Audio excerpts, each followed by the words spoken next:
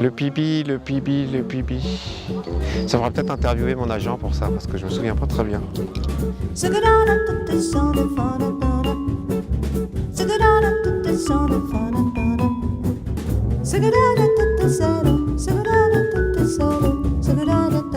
Dans la cuisine d'un Anglais est né ce projet italien.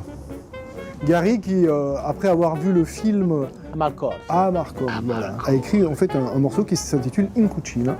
Et voilà, c'est comme ça un peu que la jeunesse s'est faite. Quand on a commencé ce projet, voilà, je me pose des questions. Bon, l'Italie, c'est quoi pour moi? Un Anglais qui vit à Paris. Donc j'ai puisé un peu dans mon enfance. Le premier souvenir, en fait, pour moi, c'était la Coupe du Monde en 1978 en Argentine. L'Angleterre n'était pas qualifiée. Et à cette époque-là, l'équipe d'Italie, ils étaient au top.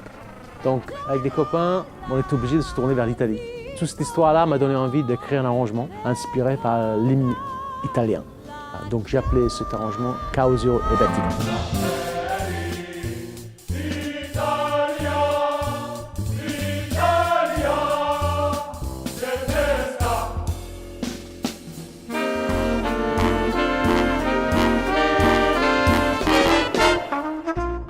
Ça fait 10 ans que le groupe existe. On vient d'enregistrer notre 3e CD, La Dolce Vita.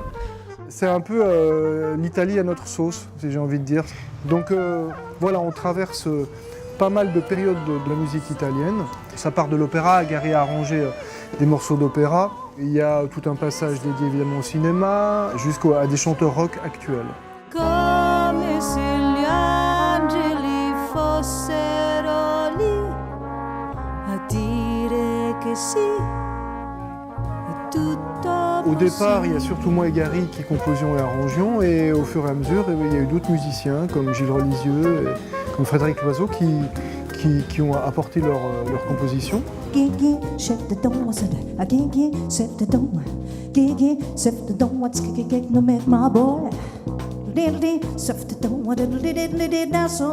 Chacun un peu à l'ancien, à la maison, devant son piano, je pense. Son ordinateur. Voilà, et l'ordinateur aujourd'hui, et on apporte des arrangements aux répétitions. Ça permet en fait d'avoir comme ça un spectre un peu plus large. Le public s'y retrouve forcément à un moment ou à un autre, puisqu'il y a différentes influences, différentes manières de faire.